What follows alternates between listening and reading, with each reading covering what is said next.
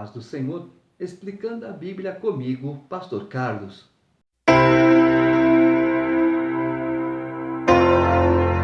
Lucas, capítulo 15. Aproximavam-se de Jesus todos os publicanos e pecadores para o ouvir, e murmuravam os fariseus e os escribas, dizendo: Este recebe pecadores e come com eles. Então lhes propôs Jesus esta parábola: Qual dentre vós é o homem que, possuindo 100 ovelhas e perdendo uma delas, não deixa no deserto as 99 e vai em busca da que se perdeu até encontrá-la? Achando-a, põe-na sobre os ombros, cheio de júbilo, e, indo para casa, reúne os amigos e vizinhos, dizendo-lhes: Alegrai-vos comigo, porque já achei a minha ovelha perdida. Digo-vos que assim haverá maior júbilo no céu por um pecador que se arrepende do que por 99 justos que não necessitam de arrependimento. É o que acontece. As pessoas andam no mau caminho, conhecem Jesus, né? Não, agora eu vou para o caminho certo. É aquele trem que está no trilho errado e vai. Aí, quando o maquinista percebe, não, estou no trilho errado, comunica a central então fala, vai até tal lugar e você então entrará no entroncamento para pegar o trilho certo. E aí, quando a pessoa está no trilho certo, andou a vida inteira errado, agora está aí, ó, diz que é crente. Pelo amor de Deus, gente, não julga não, não julga não. As pessoas que têm o privilégio de nascer em berço evangélico são privilegiadas. E as outras que conhecem Jesus no meio do caminho, essas também são privilegiadas. Mas e aquelas que crescem no lugar errado, passam a vida inteira no lugar errado e morrem de uma forma errada? Morreu sem Jesus, não é pior? Ou qual é a mulher que, tendo 10 dracmas, se perder uma, não acende a candeia, varre a casa e a procura diligentemente até encontrá-la? E, tendo achado, reúne as amigas e vizinhas, dizendo: Alegrai-vos comigo, porque achei a dracma que eu tinha perdido. Eu vos afirmo que, de igual modo, há júbilo diante dos anjos de Deus por um pecador que se arrepende. Então todo mundo sabe, o paraíso celeste todo sabe. Olha, eles vão viver num mundo de perturbação. É difícil até a pessoa que nasce em berço evangélico ter uma vida 100% íntegra. Então quando a pessoa reconhece o erro e se arrepende, há júbilo no céu. Continuou: Certo homem tinha 2 filhos. O mais moço deles disse ao pai: Pai, dá-me a parte dos bens que me cabe. E ele lhes repartiu os haveres. Passados não muitos dias, o filho mais moço, ajuntando tudo o que era seu, partiu para uma terra distante, e lá dissipou todos os seus bens, vivendo dissolutamente. Depois de ter consumido tudo, sobreveio àquele país uma grande fome, e ele começou a passar necessidade. Então ele foi e se agarrou a um dos cidadãos daquela terra, e este o mandou para os seus campos a guardar porcos. Ali desejava ele fartar-se das alfarrobas que os porcos comiam, mas ninguém lhe dava nada. Então, caindo em si, disse: Quantos trabalhadores de meu pai têm pão com fartura, e eu aqui morro de fome. Levantar-me-ei e irei ter com o meu pai, e lhe direi: Pai, pequei contra o céu e diante de ti. Já não sou digno de ser chamado teu filho. Trata-me como um dos teus trabalhadores. E, levantando-se, foi para seu pai. Vinha ele ainda longe, quando seu pai o avistou, e, compadecido dele, correndo, o abraçou e beijou. E o filho lhe disse: Pai, pequei contra o céu e diante de ti. Já não sou digno de ser chamado teu filho. O pai, porém, disse aos seus servos: Trazei depressa a melhor roupa, vesti-o, ponde-lhe um anel no dedo e sandálias nos pés. Trazei também e matai o novilho cevado, comamos e regozijemo-nos. Porque este meu filho estava morto e reviveu, estava perdido e foi achado. E começaram a regozijar-se. Ora, o filho mais velho estivera no campo, e, quando voltava, ao aproximar-se da casa, ouviu a música e as danças. Chamou um dos criados e perguntou-lhe que era aquilo. E ele informou: Veio teu irmão, e teu pai mandou matar o novilho cevado, porque o recuperou com saúde. Ele se indignou e não queria entrar. Saindo, porém, o pai procurava conciliá-lo. Mas ele respondeu a seu pai: Há tantos anos que te sirvo sem jamais transgredir uma só ordem tua, e nunca me deste um cabrito sequer para alegrar-me com os meus amigos. Vindo, porém, esse teu filho que desperdiçou os teus bens com meretrizes, tu mandaste matar para ele o novilho cevado. Então lhe respondeu o pai: Meu filho, tu sempre estás comigo. Tudo o que é meu é teu. Entretanto, era preciso que nos regozijássemos e nos alegrássemos, porque esse teu irmão estava morto e reviveu, estava perdido e foi achado. No capítulo 15 de Lucas, ele conta três histórias diferentes, mas com um só objetivo: algo que se perdeu e depois foi encontrado. O pastor tinha 100 ovelhas, uma se perdeu, ele foi atrás. A mulher tinha 10 dracmas, perdeu uma, foi atrás e encontrou. E aqui o filho pródigo é um caso à parte, que todo mundo separa a história, mas não, as três são únicas, mostram a mesma coisa. No caso do filho pródigo, a pessoa, os dois nasceram na igreja, digamos assim. Um resolveu conhecer o mundo e se deu mal. A pessoa, quando está na igreja e sai sem motivo nenhum, pode ter certeza que vai quebrar a cara e depois volta com cara de tacho. O segundo, ele nunca saiu da igreja, ele sempre esteve na casa do pai. E o pai que simboliza, representa aqui Deus, o que acontece? Ele está lá fora, olhando para o horizonte, constantemente esperando o retorno do filho pródigo. Assim é Deus. Ele está constantemente esperando o nosso retorno do mau caminho que nós pegamos, de um mau caminho que nós escolhemos seguir. E quando esse filho voltou, o pai se alegrou.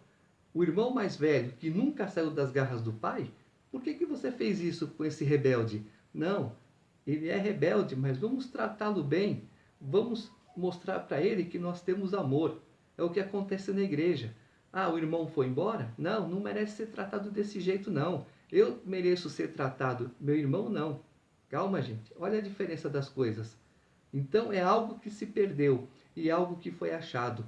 Não vou entrar em detalhes, mas você vê que o pai representa Deus, sempre pronto a nos abraçar, a nos receber. O filho pródigo, aquele que resolveu conhecer o mundo, e o filho que estava sempre ao lado do pai. Por quê que o meu irmão que apronta tem mais carinho do que eu? Você está sempre do lado do pai. O teu irmão precisa de carinho, de cuidados, de curativos, de mais atenção, porque ele se machucou. Ah, problema dele. Não é problema dele, ele sabe, mas ele quis. Então o pai amoroso faz o quê? Recebe e cuida. Capítulo 16. Disse Jesus também aos discípulos: Havia um homem rico que tinha um administrador, e este lhe foi denunciado como quem estivera a defraudar os seus bens. Então, mandando chamar, lhe disse: Que é isto que ouço a teu respeito? Presta contas da tua administração, porque já não podes mais continuar nela. Disse o administrador consigo mesmo: Que farei, pois o meu senhor me tira a administração? Trabalhar na terra não posso, também de mendigar tenho vergonha. Eu sei o que farei, para que, quando for demitido da administração, me recebam em suas casas. Tendo chamado cada um dos devedores do seu senhor, disse ao primeiro: Quanto deves ao meu patrão? Respondeu ele: 100 cados de azeite. Então disse: Toma a tua conta. Assenta-te depressa e escreve 50. Depois perguntou a outro: Tu quanto deves? Respondeu ele: 100 coros de trigo. Disse-lhe: Toma tua conta e escreve 80.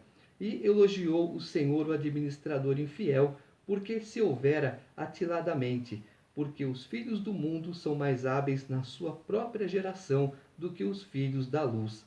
E eu vos recomendo, das riquezas de origem iníqua, fazei amigos, para que, quando aquelas vos faltarem, esses amigos vos recebam nos tabernáculos eternos.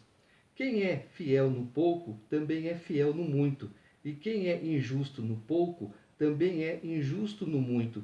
Se, pois, não vos tornastes fiéis na aplicação das riquezas de origem injusta, quem vos confiará a verdadeira riqueza? Se não vos tornastes fiéis na aplicação do alheio, quem vos dará o que é vosso? Ninguém pode servir a dois senhores, porque ou há de aborrecer-se de um e amar ao outro, ou se devotará a um e desprezará ao outro. Não podeis servir a Deus e às riquezas. Deus é o Criador e o dono de todas as coisas. Tudo o que possuímos vem como um presente de sua mão. Nosso patrão Jesus Cristo, ao final, solicitará a prestação de contas da mordomia de cada pessoa. Os mordomos cristãos podem se preparar para aquele dia de prestação de contas, tratando com seriedade e responsabilidade suas mordomias. O recurso administrado pode ser o tempo, um talento ou dinheiro, mas o mordomo tem de se empenhar para evitar o desperdício, maximizar o retorno e, acima de tudo, garantir que o investimento está agradando a Deus. O tempo precisa ser usado com sabedoria, os talentos devem ser compartilhados para edificar outros e glorificar a Deus. O dinheiro deve ser gasto com cuidado e responsabilidade.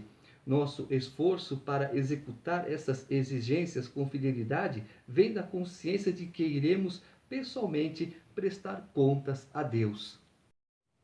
Os fariseus, que eram avarentos, ouviam tudo isto e o ridicularizavam. Mas Jesus lhes disse: Vós sois o que vos justificais a vós mesmos diante dos homens, mas Deus conhece o vosso coração. Pois aquilo que é elevado entre homens é abominação diante de Deus. A lei e os profetas vigoraram até João. Desde esse tempo vem sendo anunciado o evangelho do reino de Deus, e todo homem se esforça por entrar nele.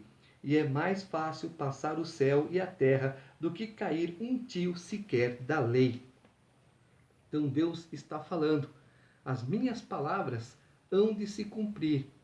Nesse momento, naquele momento, no outro momento, as palavras de Deus se cumprirão. Nenhum tio, nenhum ponto do J, nenhum ponto do I será tirado. Quem repudiar sua mulher e casar com outra comete adultério, e aquele que casa com a mulher repudiada pelo marido também comete adultério. Quando que eu posso me divorciar? No caso de adultério. Mas como? Você tem o seu marido, sua esposa, o que vai acontecer? Ela tem um relacionamento fora, ou ele. Tá, então você descobriu, aconteceu uma, perdoa. Aconteceu de novo, duas, perdoa. Aconteceu a terceira vez, não tem perdão, porque já vira caso de prostituição. Mas há casos, como já expliquei, de espancamento. Normalmente, o homem que espanca a mulher. Você não vai ficar a vida inteira sendo espancada. Não, você chega e já que é assim, vou me divorciar e pronto. Não é assim, não sou saco de pancada, que você bate a hora que quer e pinta e borda. Não é assim. A pessoa é um ser humano, tem que ser tratada como um ser humano. Brigas todo casal tem, é inevitável isso. Mas vocês estão debaixo do mesmo teto. Então tudo tem que ser resolvido debaixo desse teto. Não pode passar nada pela porta, não pode passar nada pela janela. Por quê? Você vai começar a ouvir coisas, um dá uma opinião, outro dá outra, e vai fermentando o casamento até haver a dissolução. Então, coloca a cabeça no lugar. Por que eu vou me divorciar? Estou certo nesse divórcio? Não. Então não se divorcie. Peça conselho para quem? Para uma pessoa idônea, para um pastor que tem a cabeça voltada para a cabeça de Deus. Ora, havia certo homem rico que se vestia de púrpura e de linho finíssimo, e que todos os dias se regalava esplendidamente. Havia também certo homem chamado Lázaro, coberto de chagas, que jazia à porta daquele, e desejava alimentar-se das migalhas que caíam da mesa do rico, e até os cães vinham lamber-lhe as úlceras. Aconteceu morrer o mendigo e ser levado pelos anjos para o seio de Abraão. Morreu também o rico e foi sepultado.